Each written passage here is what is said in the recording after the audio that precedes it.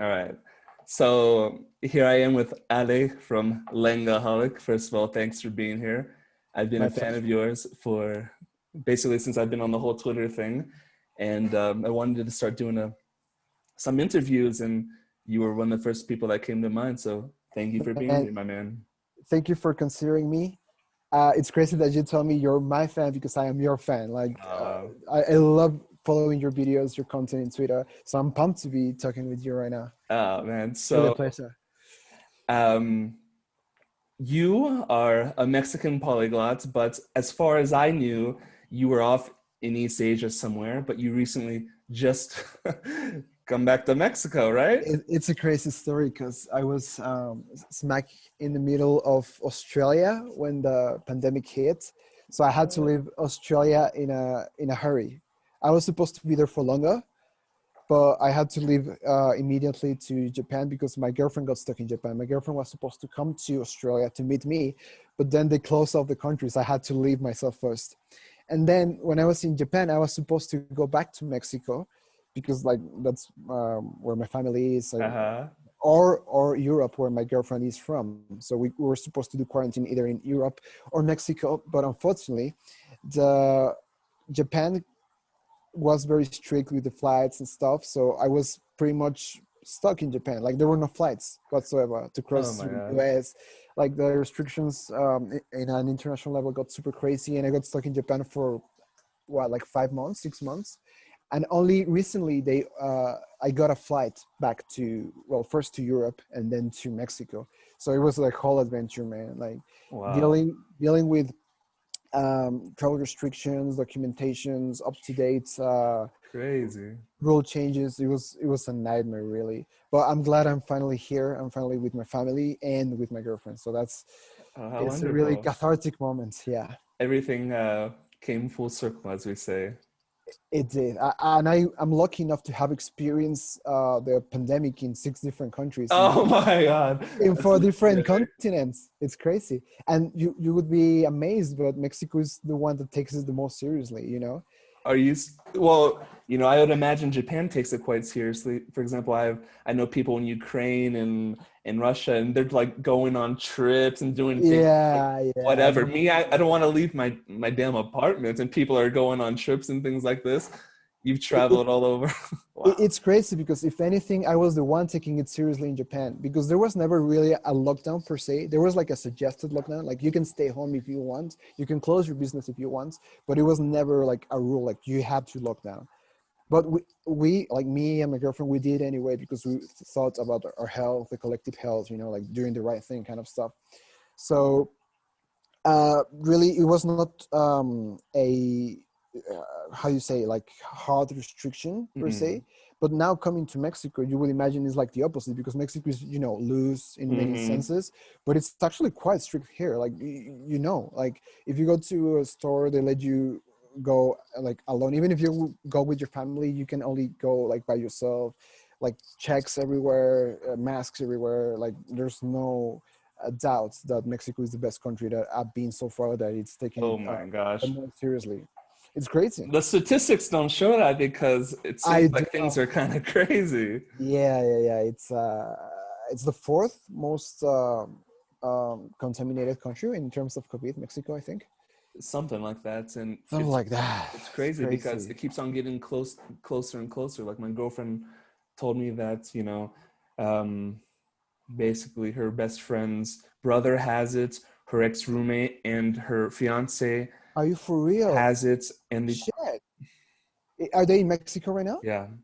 Damn. So Ooh, that's rough. yeah. All right, Wow. so I was wondering, like, where you were exactly, because I know that you were learning Indonesian, so I was confused if you were in Indonesia, Uh, Japan. You mentioned something about France.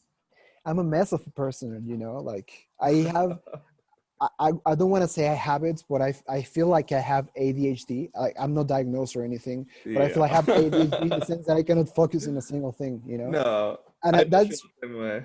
that's Well, reflected in my languages because I always like moving around a lot.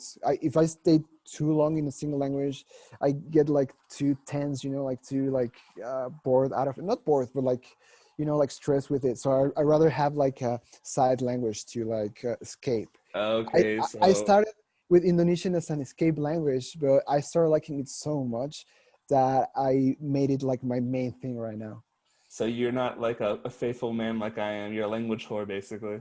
I'm a language whore. I have so much respect for faithful people. I could not do that. I could not do that. So I uh, really, really respect people who like you who are really, really focused. yeah, I'm not like ADHD in the sense I need to be doing something, but I just like swear, like in a way, I feel like I have some kind of attention disorder, but that I've just never been diagnosed. But the good thing about me is that I've always had an addictive personality, so this is actually very good when it comes to setting myself at just with That's a great one outlet. goal. Right. If it wasn't this, then it would be like alcohol or video games or something else, no? Yeah, well, I do like a drink or two, but I would hardly consider myself an alcoholic. But But when you say you have an addictive personality, it means that you get really into something and then yes, yes. So for example, I would say there's three passions of my life. The first one was um, basically running. I did running from 13 to 22, and I got to a pretty good level, pretty high level. I was a respectable runner. And shit. that was all like my attention for all that time. And then after Wow. I had this idea to learn the guitar because I was writing some lyrics that I thought could make good songs. So then I went hardcore into that. And then eventually I moved to Mexico, and then languages kind of became the new thing, but it wasn't something that hit me instantly. It was an idea that was just permeating for a Right. while because I always thought that it would be cool to learn Spanish, but it was really a process of me being here and realizing, oh, this is something I want to do because, it's so easy to fall in with the expat circle if you're a Right. foreigner, as I'm sure you've probably seen. I've seen your video with like your foreign friends, Yeah. but Man, but it's crazy that you had an outlet before languages because I feel like I had one as well before I really, really got into languages. My outlet was music. I used to play the guitar, the drums, and everything, and I would go wow. like focus on it. Like I would put my whole mind into it. And it's Oh, crazy that cool. you also had like this transition from music to languages. Yes. I know sometimes they want to make a connection between language and music. I haven't really thought about it so much, but I know I love It, music. I it, love it's language. it's directly related. I cannot prove it scientifically, but I know it because I know most of my polyglot friends, my friends who are enthusiasts about language, they're really into music as well. So there has to be a connection. There Mhm. has to be something like some kind of like abstract thoughts going on in our minds or something. I really cannot pinpoint it, but there has to be something. That's really cool because like I've seen, well, I watched many times the interview with Stephen Krashen and Ollie Richards, and Stephen Krashen actually started out as like he wanted to be a pianist and he studied in like Vienna or something like that, and turned out he wasn't so great, but he picked up German and that was what inspired him. And Ollie Richards was like a what was he, a jazz player in London or something like that. Is that right? Interesting. Crazy. I was this close from studying musical production. Oh This my close. God. But like somehow languages won and I went towards international business, which is Wow. like the main languages kind of major. Yeah. And I didn't think my segue was going to be so good, but man, it's really awesome segue. So this is where I wanted to ask you, like, where did it all start? How did it all start? I know you studied English since you were young, and then I think you studied Right. French, but at what point did it become something like you told yourself, no, this is it. This is what I want to do. This is what I love. At what point did you make this realization? I can I can tell you that many things in my environment made me start getting into languages. It was not like a single thing. It was a combination of, for example, my father used to travel a lot for business. He would go to Asia and stuff and bring me like gifts, toys, stuff from Korea, Indonesia, Japan, China, and then I would be interested in the outside world. I was like, wow, there's this whole world I never heard about because Mexico is a very Eurocentric country, right? So we have really good relationships with Europe. Everyone wants to learn French, German, of Yeah. course, English. But him being really related to that world made me realize like, wait, there's something to this other side of the globe too. Wow. So that's like the little spark that created it. And also I went to a Canadian school for my elementary school and middle school. I took English classes, as you mentioned, but also French classes. I never learned anything in any French class. I spent like 9 years learning French. I didn't learn a single thing, but at least it was there. Like, oh yeah, French, it's there. Like, yeah, I can dabble with it, whatever. And I think my biggest moment when it comes to language learning is when I went to China the first time. My first time in Asia was Wow. in China. It was like 2011, if I don't remember Right. incorrectly. And by then, I only knew like some things in Chinese. But when I started using like whatever little I knew, like asking for a spoon, Mm-hmm. and the people were so impressed at me knowing how to ask for a spoon in Chinese.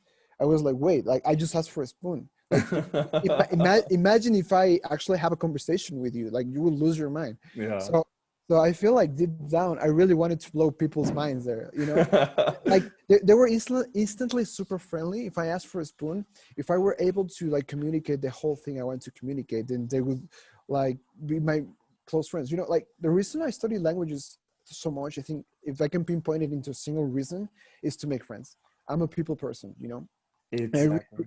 I really like connecting with people. I like learning from people, even if it's the taxi driver, even if it's like the clerk. I really want to know what they're thinking, and what they're thinking is codified in language. So if I can crack that code, then I can really, really, really understand them. And I don't know, I feel like I respect translation so much. I relied in translations my whole life, but I think if you have the choice to not rely on a translation, but listen to the actual real thing, then you're gonna connect with that person like like you wouldn't in any other fashion. Of course. And this is where we definitely agree on, because if you ask me what is my main reason to learn a language, or it's just basically to connect with people. I know that you and I agree with this perfectly. And of course, connecting with them, you know, in English can be nice, but nothing's like through their own language. And that's Right, something very right. special. And you and I have both experienced this thing of going to another country, living in this country, having your life be in another country. You talk about it being a groundbreaking experience, and this is something that I completely relate to, because, you know, I consider myself absolutely fortunate to have been able to leave my country, live in a different country. You see your country through different eyes, you know, and of course, you adopt basically a new country, and you know. Yeah, it's like adopting a new culture for yourself. It's crazy because I had this conversation with people who learn languages before, and once you get good at a different language, your whole experiences in that language, in with the people that speak the language, in the place that speak the language, that develops a new personality inside of you. Yeah, So once you get really good in a language, you can really feel like it's not like a multiple personality disorder or anything, but you feel like you have a split identity, so to speak. And absolutely. when I developed this split identity for the first time, I was like, whoa, I feel like, I wouldn't say more powerful, but at least I feel more knowledgeable. Like I can see the world in from two different eyes. So once I started learning more languages, I developed like more eyes to see the world from. And it's crazy because I have this many eyes at the same time, but they all converge into one. You're just like a big mutant. Yeah, I became a language With all mutant. these eyes. Uh, and, yeah, because of this, I've been able to see the world, like big stuff, and even the smallest, most trivial stuff in a different eye. And I think that's my number one takeaway from language learning: the Oh fact man. that you can like see, I don't know, like this juice, and see it from so many different perspectives, and not only the perspective you were born with or the perspective that was in the environment you were raised with. I think that's like the number one superpower you develop by learning languages. I don't know about you. Absolutely. No, absolutely. What you I think? mean, first of all, I think like every language that a person knows, it's literally like one superpower, and every language is a different superpower. The only thing is right now I'm perfectly fine with just honing two superpowers, you know? I'm not like one of these kind of No, mutants I yet. I think I actually respect more the people who hone a language more than many like I do. Like I do it because I'm crazy. Like I have Right, no right. It fits your respect for myself. personality I'm a well. but if you actually go to the depths of the language, I respect you so much. Like there's this Bruce Lee or like I don't know, like Jackie Chan quotes, like don't fear the man who knows 1,000 kicks, know the fear the man who knows a kick very very well. Mm. it's it's simple like that. Like if you're an expert in a topic, you're automatically stronger than anyone else who dabbles in it. So I really Yeah. really respect like people like you who go all in a Right. language. I mean, I think it just fits our personality. Like how I told you that I was always one that chose just one thing and then I just went hardcore at that. You, I Mhm. mean, you're following what fits your personality and it's Right. totally fine. I mean, That's uh, also a beautiful thing about language learning, is that there's no one size fits all. Like every journey of language learning is a direct representation, is like a shadow of your personality, you mm, know. Like I know people who study like even more languages than me, and I'm pretty sure that's the most fitting way of the personality. Like that's exactly how they feel it and how they go about it and how they enjoy it. So that's why I never would cast judgments upon the number of languages someone learns or the way someone learns a language. or the level that they speak those Now the languages. level even less, yeah. Like it's Mm, different journeys, man. You cannot ever compare. You cannot ever compare. It absolutely. comes to something so basic as your DNA. Your DNA will dictate how you study a language. You know, like how you learn better, how you communicate better. So it's super super personal, and that's one of the reasons why in my social networks and whatever I don't really say, oh, you should learn a language like this and Hmm. set it on stone, because that's super audacious, you know. I can tell people who are like me how to study, Right. but the 90% of people who don't study like I do or who don't have the same goals as I do, I have not much to say to them really, except just like share a passion that we have in common, you know. Of course. I mean, language learning is really such an individual process that it's hard, I mean, to have things just scripted so tightly. Of course, concepts and just basically mindsets are more important. If you have those rights, then you know you can work in the details. But Yeah, so you 100%. you went to China in 2013 for the first time, right? That's 2011. 2011, excuse me. Yeah, yeah, yeah. And what time? And when did you go back to live? And was this your first foreign country that you lived in? Right? It Uh, was. so I went the first time as a visit because my father used to go there very Right. often for business and whatnot. But he really, really wanted us, like my family, to go so that we can like know what the hell was going on over there. And there's an amazing thing with China that a friend of mine said, is that if you go to China, you either love it or hate it. Wow. There is no middle ground. And I feel that's super true. In my own personal experience, I feel like I've gone with people and they absolutely hate it, and I've gone with people and they want to learn Chinese, want to live in China, the whole Chinese experience. So I think China is very very special in that sense. And of course, I was the one who loved it like crazy. Naturally. I Yeah, naturally, and it's just, you know, so different, and there's a surprise every corner, and it's just like perfect for me in that sense. So I started learning Chinese, and then I went to live there as a how you say, like a study abroad experience. Mm-hmm, Like I mm-hmm. was still in university Oh, in cool. 2015. Nice. I went to live. First, I went to live in Beijing and then in Shanghai, and that was my first time really living outside of Mexico per se. Wow. And it's crazy because most people that I know in my environment always went first to US or to Europe, but me, I went to this absolute other side of the world. So I learned so much in the space of a few months, and that's when I decided this is my gig, you know, this is my Right. thing, this is what I want to live for. And after being in China for a while, I went to Korea. That one was out of my control. I was supposed to go to Paris. It was another exchange, but the, Of you know, the Paris attacks, the terrorist attacks in 2016. course. I was supposed to go to Paris by that time, but because of that, it got canceled. So I ended up in Korea, Wow. And so that wasn't like out of my control, but I still learned a bit of Korean. After that, I learned Japanese, live in Japan, and here I am in Mexico. Feel like a clean slate to study like Indonesian or some other thing right now. Oh, wow. Yeah. And in one of your videos, you were talking about that Chinese, by knowing Chinese, it kind of like saved you in some experience, saved you in some kind of situations, or you were joking that like maybe you would have almost been killed if you didn't know Chinese. What are Yeah. some like kind of experiences that you've had and that how Chinese has really helped you? So China is a crazy country in the sense that you can find all kinds of people, really good people and really sketchy people. So my father being the kind of person he is, he always falls for the sketchy people. And, and once we went into a van, it was supposed to be like a tour to the Great Wall or something. Oh, wow. But the van was sketchy as hell. They made us like stop in different places to like see around, like sightseeing. But it was actually like, oh yeah, this porcelain factory. Oh yeah, this massage place. Oh, this whatever place. And at some point, I was so done with it. I was like, okay, look, this is not gonna happen. So I brushed up the best Chinese I could, and I told the people who were like driving me, like, we're not gonna take this shit anymore. You're gonna take us to the Great Wall.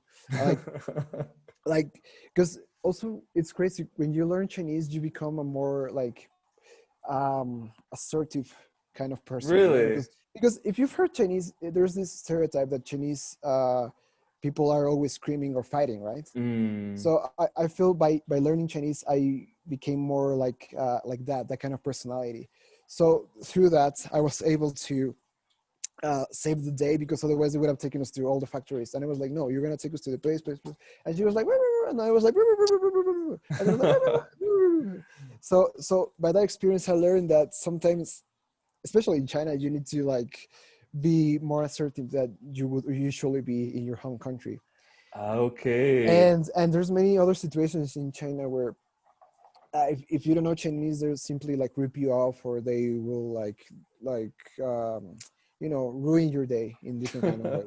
So In so one way or another. yeah.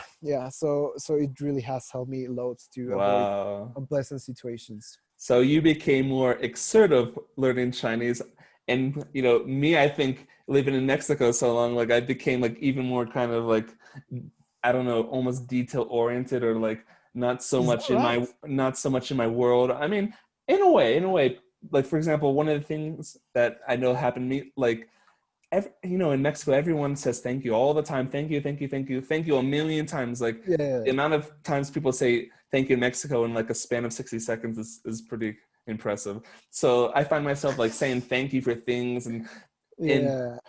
my American self thinks, why did I say thank you there? I mean, I don't think that was appropriate to say thank you, but my Mexican side just is like gracias, gracias, Yeah, I and all completely that. get that. I was, as you know, living in Japan for 2 years, and I came to Mexico, and I was like talking with the clerks, and I would be like arigato or like sumimasen or something, and my girlfriend just laughing at me like, "What are you doing?" I don't know. It's just like a second nature to me, you know. So I completely get that. And one funny story that happened with that is, in Japan they like to bow a lot, right, when they say Uh-huh. thank you or something. So I started bowing like unconsciously, because Japanese people bow even when they're on the phone. Like there's no one to see them, but they're still bowing. So, Wow. so once when I graduated in university here in Mexico, I received like a medal, like no big deal, just like for some exam I did, and I received a medal, and I was like bowing like as my second nature, and everyone was like, "What the hell? What is this guy doing?" Like they would not understand, but I don't Wow. know. For me, it's like something I picked up, like the bowing thing, being I heard thankful. about that. Some foreigners living in Japan, and they come back and they just have these Reverse cultural shock. these things that they do. But yeah, yeah, I've fortunately haven't had so many bad experiences in Mexico. Not so many, but one thing that I've noticed is, like, for example, and this is not just exactly a foreign problem, but let's say a situation in Mexico, period. So for example, before before Uber and all that, the way to get around quickly was a taxi if you needed one. And Right. you can still use them and all that, but I kind of learned that there is like these ranges of prices that the taxi drivers will charge you, and for me it's like on a scale. So first of all, they're going to charge you like, The you know, kickstart?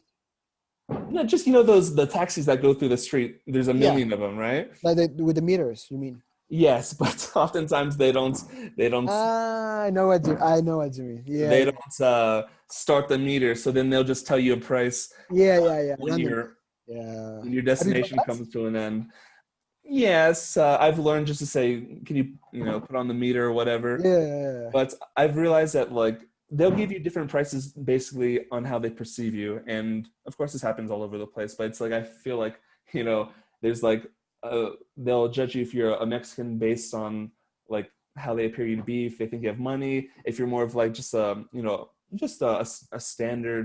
I mean, I don't know, standard, that's a bad word, but just like a normal person from Yeah. Mexico, then the rate will be a different one. It's If you're a super true. foreigner that speaks Spanish, it'll be different. But Yeah. A bit higher, but not as high as it yeah, could be if you didn't speak Spanish. exactly. So they can charge you more than like just like a regular everyday person from here.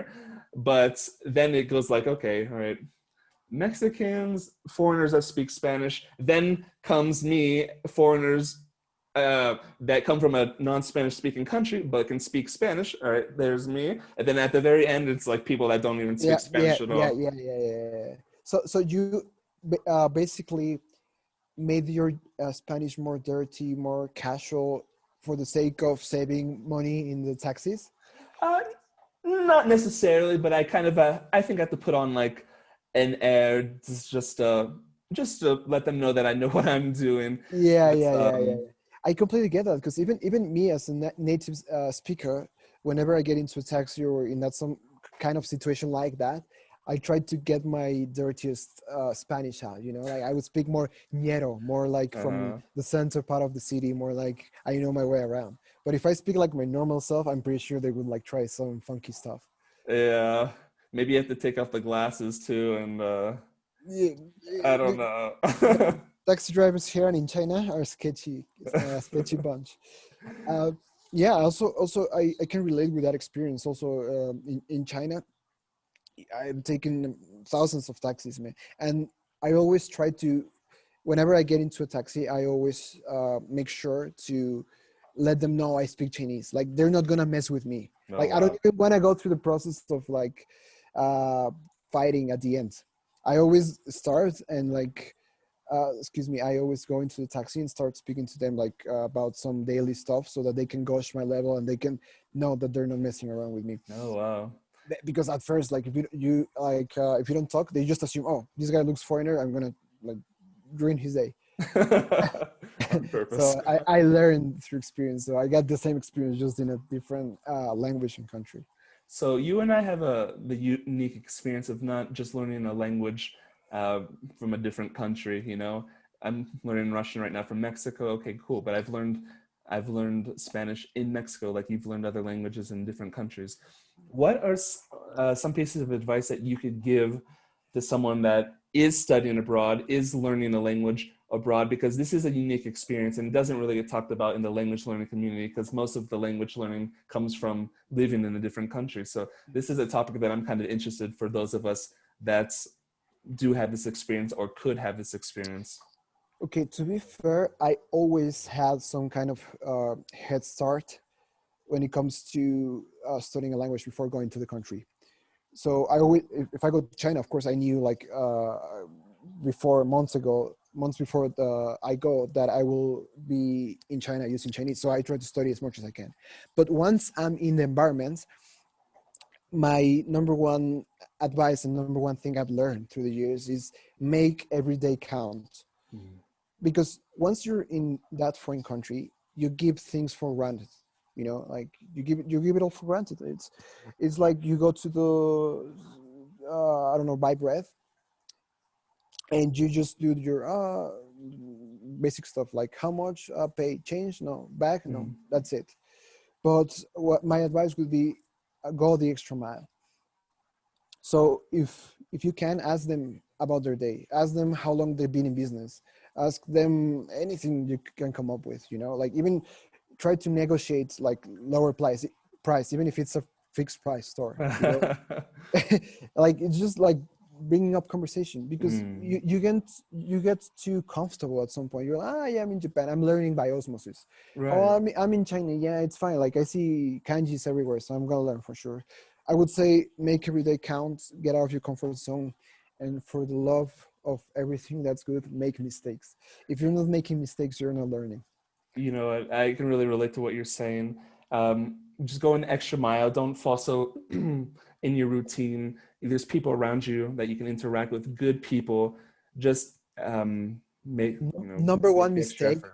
I'm pretty sure, well, I wouldn't say mistake, it's also very rewarding, but number one um, thing that comes up that totally fucks up your language learning when you live abroad is getting foreign friends, like like No, fellow expats. absolutely. 100%. You just go into a bubble, and I know so many people that were in my same bubble, but they didn't have a different like bubble for Japanese or a different bubble for Chinese. They were just too content in their own English speaking bubble. And my advice would be like, yes, make foreign friends and speak English. That's amazing. Like some of my closest friendships in life are through those bubbles. But you also need to have like side dishes if you want, or even if you are a really hardcore learner, just completely shut that off and go 100%, depending on your goals, of course. Of course. I would definitely advise against going 100% in a English speaking bubble. No, Whatever. 100%. And it's something that I relate to so much because basically when I started, I came here basically a month or so later, I started taking Spanish at these classes in, you know, La UNAM, would they have a center for Yeah, you foreigners to went there. learn. That's crazy. I Mhm. wanted to get my girlfriend to join that. Is it Nice is it program. is it good? Great. It's a good program. Sometimes you'll get some um, teachers that are, you know, Don't they, care. you know, they're just like, yeah, they just don't care at all. I mean, they're Oh, just going through the routine. It's not that they don't care. They're not trying to do this outside the box. But then there were okay. some teachers that were really good, that really uh, helped me out, that really gave me inspiration, that saw things in me. It was really nice. But what happens there is that, and the UNAM, for people that don't know, it's a famous university in Mexico, right? So In Latin America, I think it's number one or two. It's a very big institution. Yeah. they have a really nice Spanish program for foreigners, and but what happens is you get there and there's people from all over the world, and it's actually quite international. So Mm. here's a tip: if you stay in Mexico long enough, you want to go practice a language. Oh, I mean, when everything, you know, shakes up with coronavirus, just go to the Cepe, you know, Cepe. Centro de Yeah, I Enseñanza para remember. Extranjeros. That's what it's called. Amazing. Yeah, I'm gonna go there to practice Indonesian. Otherwise, I'm never gonna find a speaker here. But you can find so many Japanese there if you want to Yeah, learn your yeah. Japanese, your Chinese. But basically, what happens is that, you know, if you're from the States, all the Americans get together. If you're Japanese, all the Japanese get together. Koreans, Chinese, Russians, like everyone just like squares off and just basically with their people, and it's understandable because you're sharing. I mean, you're in this new environment. Of It's course. also kind of nice to have a little bit of home, right, with you. But Yeah, that's super something I realized recently. The first times I left abroad, I was very homesick. I mm, miss my food, I miss my family, I miss my language, I miss my everything. And I completely understand. I was there. I really miss like my own environment because it's uncomfortable to like step out. But the more I live abroad, the more I realize like that's a big mistake. You know, yes, so I totally feel empathy for the people who like segregate themselves into like language or how you say like national communities bubbles kind of thing. So I mm, totally get that. So going back to my advice, I would be like, no, don't avoid do it. that. And it's really funny because I went to the equivalent of Cepe in Hmm. Japan, and it was exactly as you The described same. it. So it's an international kind of phenomenon apparently. And my friend group was the only group of friends that was like mixed bag. Like you could see like all races, all nationalities, all languages, and that was very rewarding. But what did you do in your case? Did you break from the bubble or did you stay there? Yeah, yeah. So you know, my progress initially, I don't think was like so amazing. It was fairly slow. I mean, I was getting exposure, but you know, I made some friends from this school, and then of course by being with them, you do other things. You meet, then you start to open up the whole foreign Right. circle. And everyone that I met was really cool. I still like them to this day. I could still hang out with them to this day. We're still cool to this day. But there came a point where I was like, man, I really do want to learn Spanish. I know that, you know, hanging out with these people as much as I'd like to, you know, it's just hindering me. So I really kind of had to step away from them and just kind of really try to have more authentically Mexican experiences, let's say. And of course, I didn't want to discard them or anything like that, because they're people, they're good people. So when I could see them, that would be cool. But it was no longer going to be like my main source of friends, you know? So how did you go about stepping out? Basically just not going to all the things that they were going to, and Okay. kind of, you know, doing some own things. Even around this time, I came here in February 2014. A year later, I had gotten I got a Mexican girlfriend, and we were together for some time. And Right. I lived with my uncle, who, you know, I'm half Mexican, so I have family here. So Oh, that's cool. nice. And then I would be at my ex-girlfriend's house, and it was really like the authentic Mexican experience, because the Right. whole family was together. They would Yeah. eat together. The family was super close, and you know, it was really nice because, you know, I was That's living with very my valuable. uncle. Yeah, I was living with my uncle, but you know, him and I would talk when we could. But like at my ex-girlfriend's house, it was really a family dynamic, and I realized, oh, it's so nice to have your family, because, you know, I was right at the point where, you know, I had moved out, my brothers had started their lives, our family was no longer so Mm, united. So it was nice to be a part of that. Then from there, you know, I had a close friend that basically was like, you know, basically the guy that I spoke to the most in Spanish, and he was right. really took me Did under he his speak? wing. Did he speak English, or was he like learning, or what's the deal with him? So it's interesting with him, because when we first became friends, he was like the one Mexican person that I talked to on a consistent basis, but it was in English. And you know, when I finally realized that I shouldn't be Englishing it up Right. with everyone, I said, "Man, we gotta really speak Spanish. Just speak to me in Spanish." And I give him all the credit in the world for doing this, because usually when a relationship is set in a language, it usually stays that way.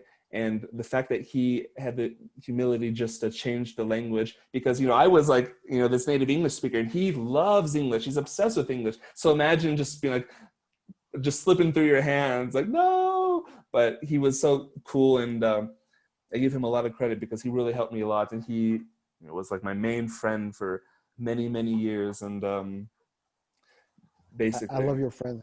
you know, He's such a nice and patient person. It's really hard to come across someone who would on purpose change the language you're communicating, and go through the process of kind of not communicating as smoothly as before. I can tell you absolutely. this because I met a lot of people. They only want to speak to you to get your native I language, you know. know. And there's a Oh, lot do I of know? like parasitic relationships going on. Like it's a phenomenon in hello talk and stuff. Like, oh yeah, teach me English, teach me English. And when are we gonna like practice the other language? Eventually, but meanwhile English. No, I So know. it's really nice. No, you're absolutely right. There's people who will just use you as like the English target practice, or whatever language target practice it is. You know, Yeah, I mean, like, yeah.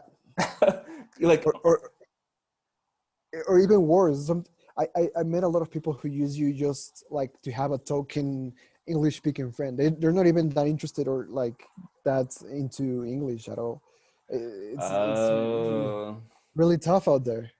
Like the token English speaking friend. It's a phenomena. Yeah, and it happens to me sometimes, being the token English speaking guy, let's say at a party. I Yeah. remember like at some of my Yeah. girlfriend's parties, we would be there, and I would see like an American or Canadian a mile away. I would see it. Like I go, oh, okay. And then I would see like his girlfriend that was Mexican, and I would see them kind of looking towards me. The girlfriend's kind of like doing this thing towards me because it's basically like, oh, the girl who lives here, his boyfriend's from the States. You can speak English with him so you don't feel awkward at the party. And I'm like, no, like I still want to be a part of like this The circle. atmosphere. You know, I Yeah, don't want to, I don't want to break my, you know, I want to be a part of like just Mexican life and yeah. society. Like I hate to feel like, okay, I have to break that. Of course I can do it to feel accommodating. It's just not ideal. I can do it to be accommodating, but it's not ideal. How is the foreigner privilege in Mexico? Do you think it's more pros than cons, or the other way around? I would say they're more pros, but of course you get cons. You know, so for example, just by being a foreigner, like you feel like they're treating you with a certain level of respect that maybe another person wouldn't get, and this is what Okay. happens. Like I feel like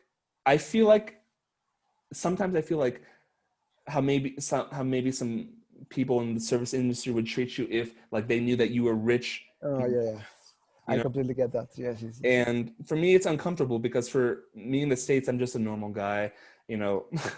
I just come from a normal family. 100%. I get it. Um, but it If sometimes hurts you because, of course, you become a target for people who want to take advantage. And although Right. that hasn't happened many times, I can't deny and say that it hasn't happened. Yeah, for sure. Everywhere, I think. Yeah.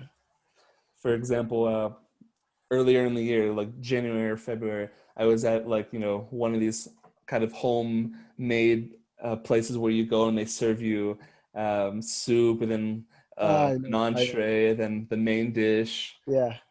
All right, so I had found a new place to eat at because I had moved recently, and I started going there. I didn't think the food was that great, but it was like the most convenient location. So I was going there. But one day, I I asked for the check.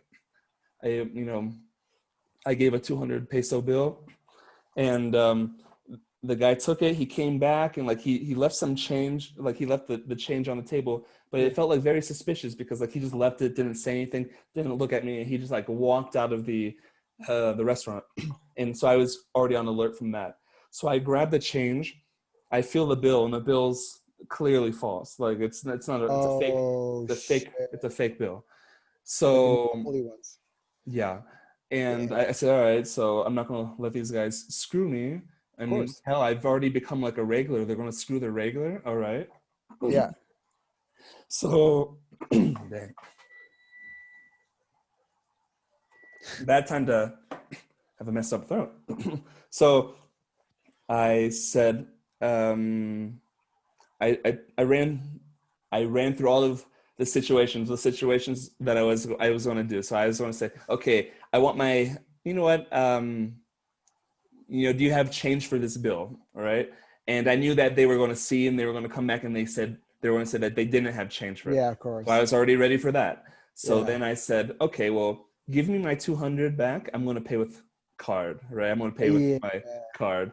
And I just knew they're like, mother, my, because they thought, oh, I'm going to say that, oh, we don't have change. He's just going to accept it. I'm so Yeah. smart. But I already had him. I was one step ahead. So I never went back to that place again. But when this happened, did you have enough proficiency to like come into an argument? Yes, and this was only in January. I mean, I've had Oh. certified C1 since maybe somewhere in Oh. Yeah. 2017. Okay. Just for context. Okay. Oh yeah. So what happened? Um, basically, basically that was it.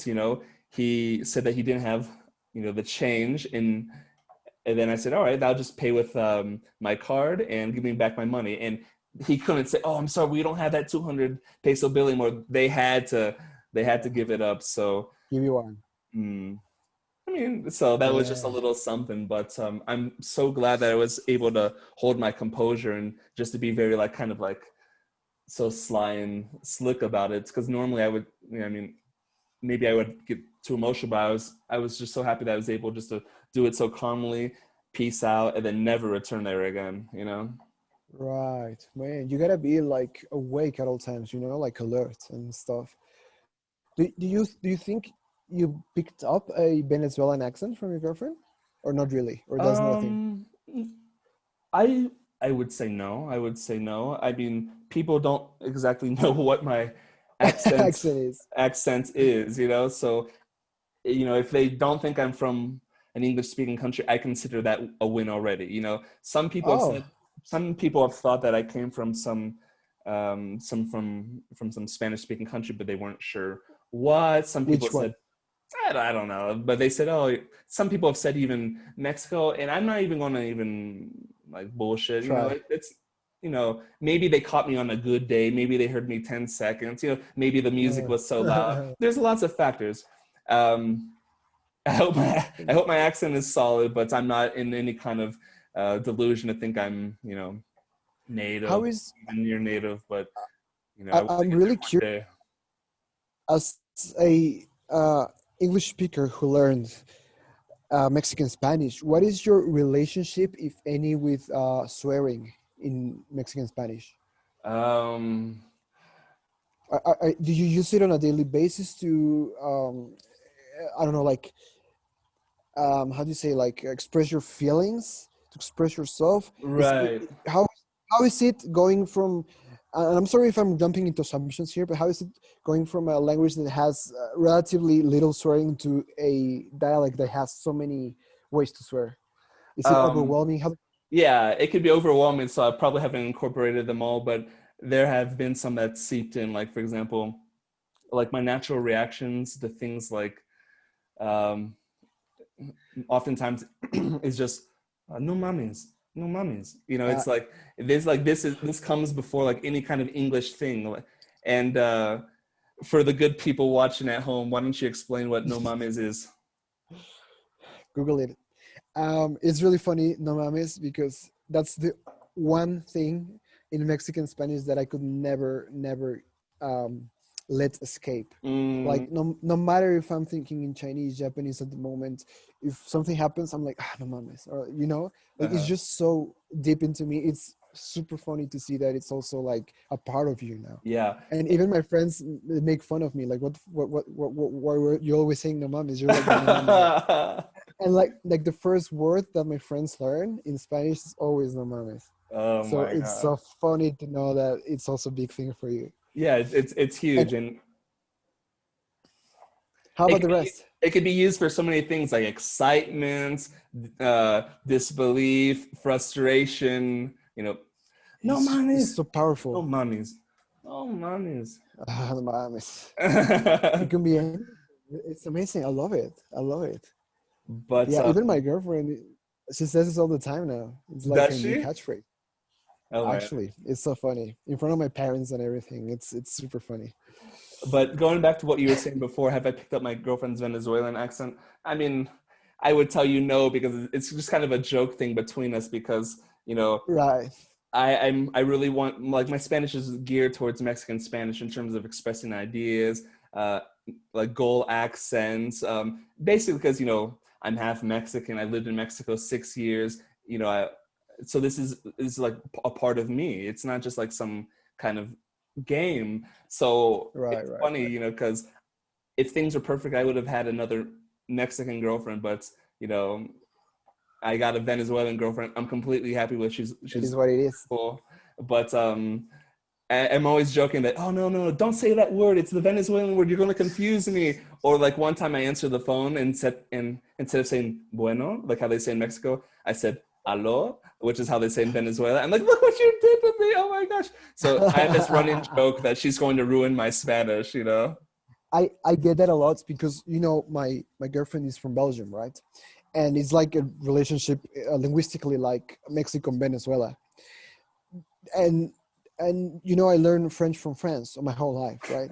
But it's really funny because in Belgium they call the mobile phone a GSM, like GSM, like the initials for I don't know what it actually means, but they call it GSM. But for me, it's always like a telephone or like a mobile or something. But Ooh. the other day, I caught myself asking to call someone through GSM, and it sounds super unnatural to me. It's like the same as "I love for you." Like, wait, why Uh-huh. are you messing with me? Spanish. Why are you Exactly. messing with my French? Exactly. It's such an interesting experience. But I wouldn't have it any other way. I mean, of course, that's what makes the language beautiful, you know, like the Mhm. variety and No, of everything. course, of It's just, course. it's probably gonna be confusing. For example, for you when you speak Spanish in Mexico and you come up with Venezuelan stuff and other kind of slang. I know myself, I come up with a lot of Chilean slang Oh, usually, and people are usually taken off like, wait, is this Mexican? Is this Chilean or what? yeah. What's cool But about that? Oh, yeah. Go on. that's the beauty. That's the beauty of it. Yeah, that's what I want to say. So, for example, my girlfriend lives here in Mexico City. She has a sister that lives here in Mexico City. She's a couple years older. But my Mm. girlfriend's Spanish has become Mexicanized in a way, and her accent from Caracas has been kind of softened, right? So she goes to Right. she studied at the university. She has lots of Mexican friends, so she uses a lots of Mexican words and expressions and things like that. And her accent is it's not Mexican, it's still kind of Venezuelan, but it's like Venezuelan light. Because if I go to her sister's house and hear her talk, I really have to pay attention because she's speaking like basically true Right. Venezuelan. And it's interesting to see due to Right. the interactions The that you gap. have with the people, you know, because I think she's a little bit more isolated. You know, my girlfriend goes to university, she's like in the thick of things, right? So you can see how even your basically own accent would change living in a different country that speaks that language, depending on how much um, just basically time you spend with the people, what are your relationships with them, things like that. That's the beauty of it. It's just so many levels of accents, dialects. It's a weird mix. Like I'm pretty sure, like you made a video about you losing your English accent. I'm pretty sure your English is not the same as many years ago, Mm. and the fact that it's like wavering around based on your environments, the languages you pick up. I think that's a beautiful thing about accents. Right. I completely understand. Completely understand. So I you wanted to ask you. Yeah, go yeah. ahead. Tell me, tell Go me. ahead. Go ahead. I wanted to ask you something like out of the blue. Uh, how, or let me rephrase, what would be your most cherished moment about learning Spanish or learning languages in general? What's the Mhm. moment you feel like, damn, like learning languages is my shit? Like, damn, I'm so glad I learned language. What is your top one moment? Man, if you were to give me pre-planned questions, I know there's like a moment that I can really think of, but honestly, this is something that happens on a periodic basis, and it usually happens, you know, maybe if I just take a moment to be alone and be with myself. Like it could still happen like right now. For example, I love the view from my apartment. Like you can see like all of these like mountains in the Perfect. backdrop. It's beautiful. And sometimes that like right as it's getting dark, I look out, the sky is amazing, and I just reflect on my journey basically in how far I've come, not only in distance, but in terms of who I am as a person. And, you know, I think one of the just the most special things is just, you know, I just reflect upon it all and I really become overwhelmed with emotion. But the most beautiful thing for me is that I've been able to connect with my family, have this new experience. You know, my dad was Right. from here. He passed away, and that's why I decided to basically come out to Mexico because I wanted to I want always to connect. connect, and it allowed me to do that. It's allowed me to have amazing experiences through a different language, through a different country. You know, I've experienced such great emotions, just like, you know, I've experienced, you know, love in a different language. I've experienced understanding just basically my passion, even the idea of me being a teacher. I discovered that in Mexico. So I've gotten to help people by using my language, and I've seen the effect that I've had. So it's just like this holistic experience, you know? I love Um, it.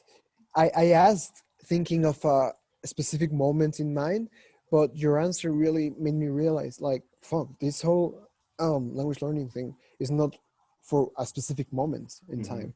It's just a constant life changer, a constant reminder of all the effort you've been through to get to Oh, that point, and absolutely. how it pays off in a daily basis. So I love that I learned already from this question. Yeah. Great.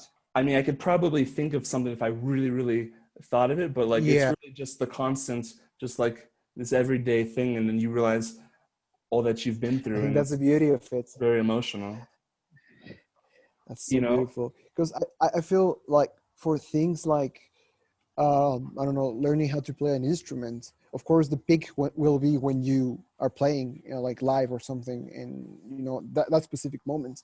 But when it comes to stuff like learning a language, it's just like a constant thing that's always there. Like even like I said before with my example, even the way you look at the Jews is different, and it's a constant. So I think that's what differentiates it from learning other kinds of things, other hobbies, other interests. Because it's such an emotional thing. It gets in you, and like, there's no way in the world that Spanish could just never be a part of me. I mean, it could just Right. ever stop from being a part of me, because that would mean like a part of me would have to die in all my experiences, and like, I just like, You would stop being Mark. exactly.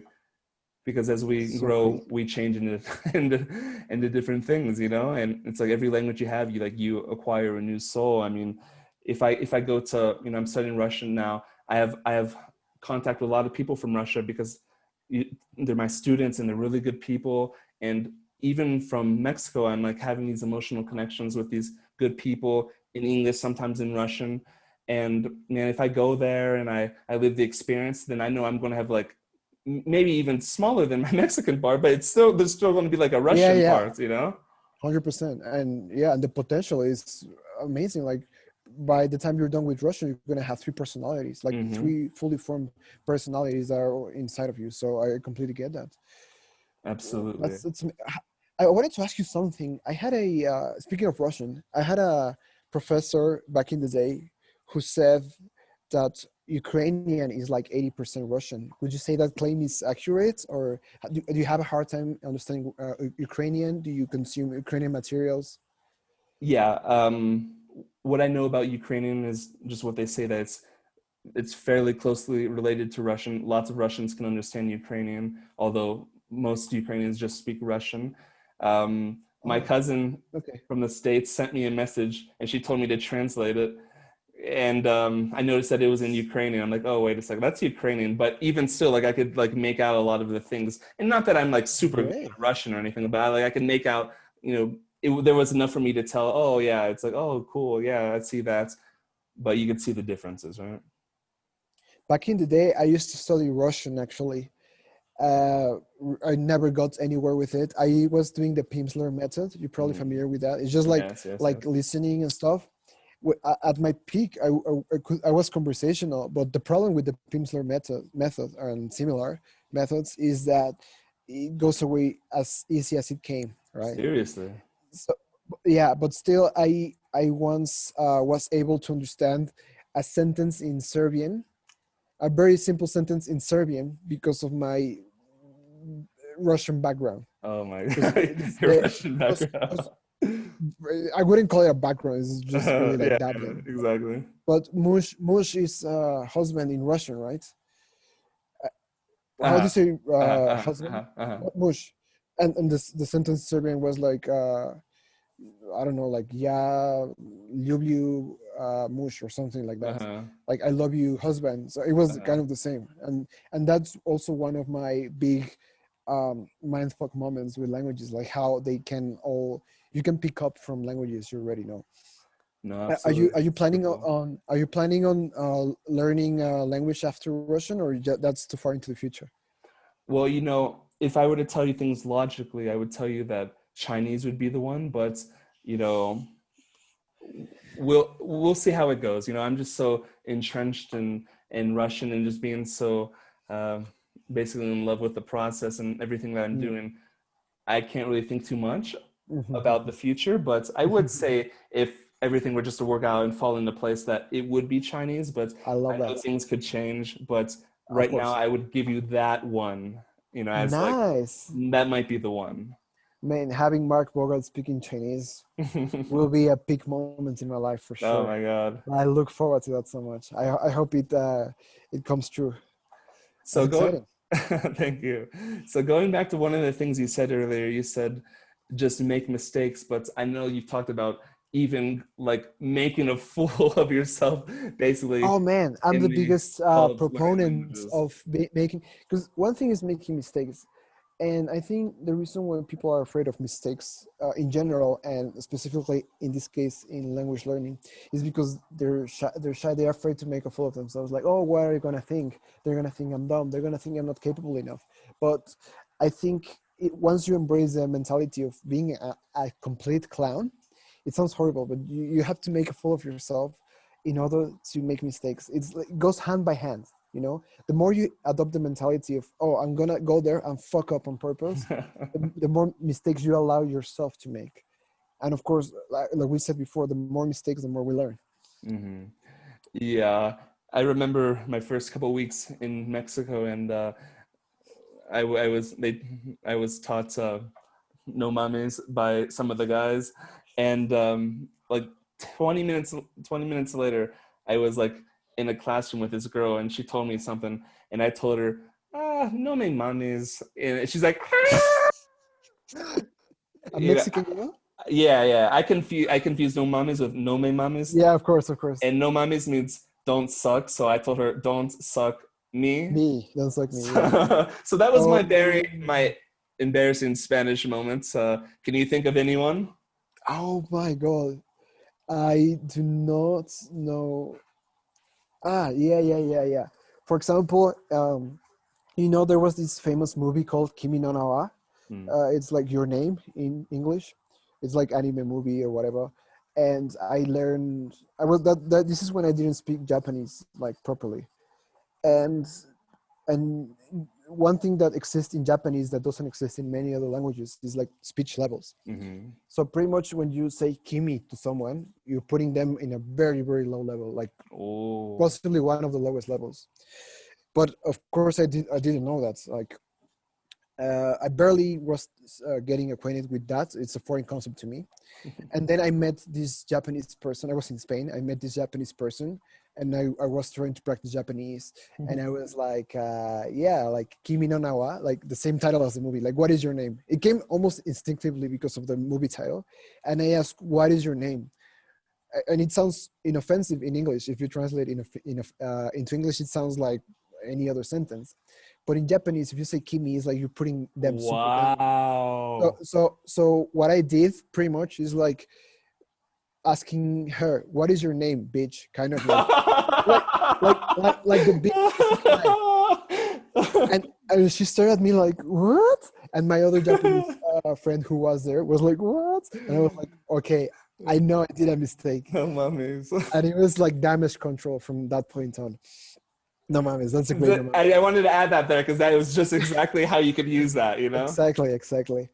And I think that's one of my most full of myself moments. Oh my gosh, how embarrassing. But because of that, I understood the concept of speech levels, Hmm. and because of that, I got motivated to actually get to know them very well. Right now, I'm very good with speech levels in Japanese. I can handle myself around them. But funnily enough, in Indonesian, there's also speech levels, but I'm struggling with them a lot. I'm calling people a bitch without knowing. If you see my tweets in Indonesian or Malay, sometimes I say kamu, which is like the kimi in Japanese. And Uh-huh. I'm like, oh fuck, I said kamu again. I call her bitch. So yeah, it's a constant fuck up, like the reason why I do that, like tweeting in Malay, Indonesian with kamu, I'm not deleted, is because I own my mistakes. Owning Mm. your mistakes is also a big part of making a fool of yourselves. If you pretend like you didn't do a mistake, no, that's not good. You have to do mistakes. You have to Oh. own them, and you have to learn from them. That's the way I approach it. Yeah. I mean, like they're mistakes that you make, but then you never forget. Like I could never forget that it's not no mummies and that it's no me mummies. Like It, it's just solidified in time and history, and just like I boom. think it's good to not forget, because not forgetting is also part of language learning. Like you need to remember stuff, and if you keep it at heart, then you'll be able to handle yourself better in the language. So So you have learned to, I think, really popular. Well, I mean, Chinese is getting popular, and Japanese is really, really popular. Like I'm I'm flabbergasted as to how popular Japanese is. On It's Twitter, the other crazy. day, a girl was like, "Which languages should I learn?" She's like, Oh, "Russian, I saw Korean, just that. Japanese, whatever." Like, Then everyone, like the yeah, Japanese gang, is like Japanese, Japanese. and I'm like, "Oh, that's And so I saw you unfair." bought it. You bought it something else because everyone is learning Japanese. So I just bought this one other one. Exactly. Yeah. So you have learned two of these famously hard languages. Um, how would you compare them in terms of your ability to learn them, difficulty? Because I've heard that like gaining some kind of basic fluency in Chinese is not the hardest thing in the world. But I mean, I really don't know anything. It's just hearsay for me. Um, how would you compare these two in terms of Wow. learning them, difficulty, There's etc.? that's one of my favorite, most favorite topics in the world because I mean I went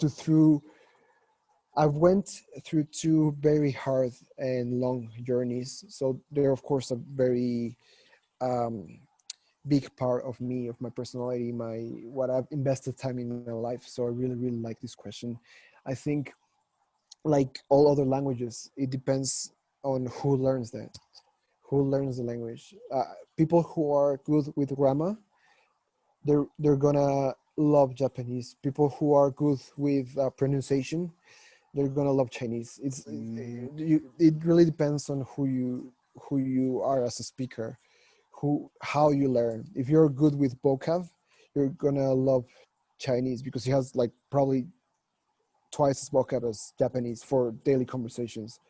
So I would say if someone was in a like if someone couldn't decide between studying Chinese or Japanese, my advice to them would be dabble a bit in both of them Mhm. and find out which one is easier for you. I think for me, because I suck at grammar, I'm really bad at grammar. I think I don't have that logical part very well developed in my brain. I think I was always better at Chinese. Like I learned Chinese faster than I learned Japanese, but I'm pretty sure someone who is a different like learner than me in terms of grammar, like if they're good, they're gonna love Japanese. So so my advice would be two parts. One, dabble in each of the languages, see which one you like the most. Two, ask yourself why you're learning the language. I think something I don't talk about enough, what I should talk more about is the motivation of one's language. I feel like some people just grab a language because of fad. I just for whatever reason they just grab it, and this is going back to what I was talking about earlier. Like I can't tell you what it'll be because learning a language like consists of so many things. I learned Spanish because my dad is from Mexico. I came to Mexico after he passed away. I started living here. That's why I'm learning Russian because I'm fascinated with Russia, the people. It's a mystery to me. The language seems awesome. Like my motivations are very clear, but my Yeah, motivation for Chinese would be that I think it'd be interesting to kind of course, speak an Asian language, but I'm also kind of interested in not so much modern China, but ancient China. That's yeah, fascinating for me. But at the same time, I can't tell you 100% that that's going to be the next language because you kind of need to man. think things out a bit. Like the example you said about the poll, I would never make a poll of which language I'm going to learn personally because I need a layers of reasons to learn a language. Like not one, not two, like Mm-hmm. a whole list of reasons because those reasons are going to become your fuel later on. You know, if you just learn a language because someone suggested it, you're just going to drop it. Like Of in my case course. for Russian, I was like really pumped for Russian for no reason. I was like, yeah, I'm going to learn Russian. Of course, it didn't last long, but once you have foundational reasons like your reasons are like, go deep Mm-hmm. down. Mm-hmm. Once you have those foundations, like no one's going to stop you, you're going to become unstoppable. Absolutely.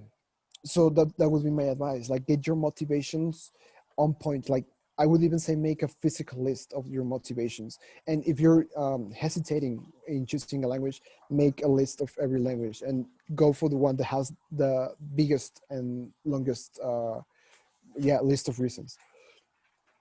Wow. That's a good one, and I completely agree.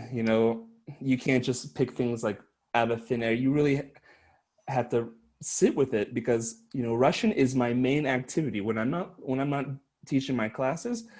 You know, I'm thinking, okay, how can I do my Russian? It's such a essential part of my life that, I mean, if you don't have your motivations, well, your motivations in line, I mean, what are you going to do? You're gonna Last quit couple months? halfway. I've seen this story so many times. For example, when I was starting to learn Chinese, I'm pretty sure all of the people in my class wanted to learn Chinese because of the fact of, oh, Chinese is the language of business, most spoken language in Mm. the world. Like I do not lie to you if I tell you that 99% of the people in that class dropped Oh my God, they dropped the out. class. Like 99% of people dropping a class. Can you imagine that? Crazy. I was the only, like when I went to Chinese too, I was the only person in Chinese too because I was the only one with real intentions to learn the language. Oh my God. So if you like you just said, if you pick it out of thin air, it's gonna go as easy as it came. It's Absolutely. it's a personality you're choosing. It's a whole lifestyle you're choosing. So it has to be a big reason, a big motor for you. And one of the things that I saw on your channel that was actually pretty cool was that you have like an interview in Japanese, that's, right? that's super. I'm so shy. I'm so shy about that interview because it was so like on the spot. I was like, ah, yeah, I'm just gonna record myself. But I was kind of nervous by the interview at the same time and nervous by recording me at the same time. So 100%. I completely get it. I completely get that. Oh my God. So Like, I was thinking of fuck, like I just made a fool of myself. I'm gonna delete it. But I was like, no. Stick to your ideals. Make a fool of yourself. So that's why that video is still up and going. And actually that video helped a friend of my girlfriend with her interview. So it made everything like worth it. It made because she was also applying for jobs in Japan. So she knew like kind of the structure, the questions they asked. So it actually helped someone. So I'm like, I'm not gonna take down this shit, even like a 100%. clown, even if I make the absolute biggest fool of myself, if it's not my best Japanese, if I start talking about football with the interviewer, I'm just gonna keep this because it's helping people. 100%. And I completely agree and just relate to what you said. So, I mean, I learned with my Spanish that one day I would speak really well, the other day I would just speak terribly bad. And I'm like, what the hell? Like these changes from day to day, you know, aren't necessarily um, just like a pure representation. Like language fluctuates. And, you know, I did this video where I spoke Russian after a year and a half without studying any grammar. And to be honest, the video went pretty well. I was actually really happy with my performance. So I have this idea. So instead of making like videos like every 6 months to show my progress, I want to have something more kind of interactive. So starting from the 19th month, like I filmed a first like a speaking session with someone, and so this is going to be one of my next videos that I load. But just the idea of me knowing that I'm hitting record and that it's being recorded made me so much more nervous that it inhibited my speaking so much. It inhibited my comprehension because I was just feeling so nervous that like my performance is not so great. And like it's like I rewatched it for the first time last night because, you know, all that. And it was a little bit hard for me to get myself to watch it. And it was a little I know that bit feeling. hard for me to kind of watch it while it was actually Yeah, playing, you know, but it's a part of the up and down journey of what it is to be a language learner. And even though that I was actually really quite nervous and this was affecting my performance, it's not to say that I can't have a performance this bad when I'm not yeah, nervous. yeah. I completely get it. Like you're gonna see my best Japanese when I'm talking with a friend, when I'm talking with the mom of a friend. That's my peak Japanese. Like I even surprised myself. I'm like, whoa, stop me! What's going on?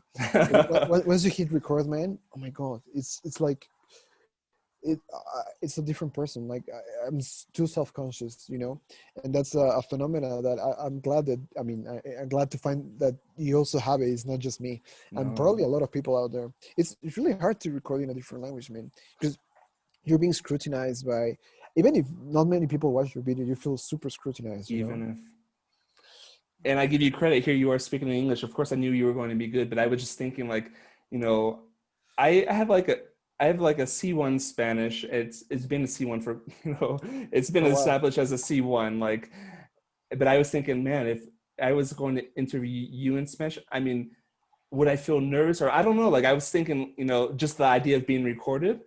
I'm like, oh, okay. You're like, ooh, next How time, would I do? So, um, next interview, let's go for it. all right, this one's on your channel, right? We Yeah, gotta we gotta do the my channel, your channel thing. yeah. I'm down for that. I'm not gonna subtitle it for shit. Like Yeah, subtitle it yeah. to hell. Like But I had thought that, oh, you know what? Maybe we could have like a part where we speak Spanish. I'm like, that I don't subtitle know about thing, like, that. uh, Anytime. Don't feel all pressure. right. So the last question I want to ask before we end this interview, and we could talk all day long, but I could already feel Great. that we could, but for interview's sake, let's just try to keep it relatively not so long, you know, Audience because friendly. yeah. All right. So if you know me, I am pretty against this. I'm actually really quite against this. Okay. But I noticed that you are not so hard on applications, and even sometimes that you like them. Can you give me your case as to why? That's an amazing question. I always wanted to talk about this because I feel like I receive a lot of hate for this. The thing with me personally, like I said, is I have ADHD, right? I don't have a diagnosis, but I know myself. I'm always like doing 100 different things at the same moment. My attention span is really bad. So when it comes to gamified apps like Duolingo, Memrise, it's like this exact like bite size uh, of information that I need to process a language. Like if you put me to study with a book, like I have no immediate like reaction from the book itself. Like I don't have immediate feedback from the book. Mm, But in apps like Duolingo, like I know in real time if it's working, you know, and I can do it in a busy day. You know, I was traveling the whole world, like Japan, France, Australia, whatever, and the only thing that I could carry with me really was Duolingo, Memrise. I use Closemaster sometimes. Uh, Sometimes I use other apps, but the size of the lessons is what really keeps me using them.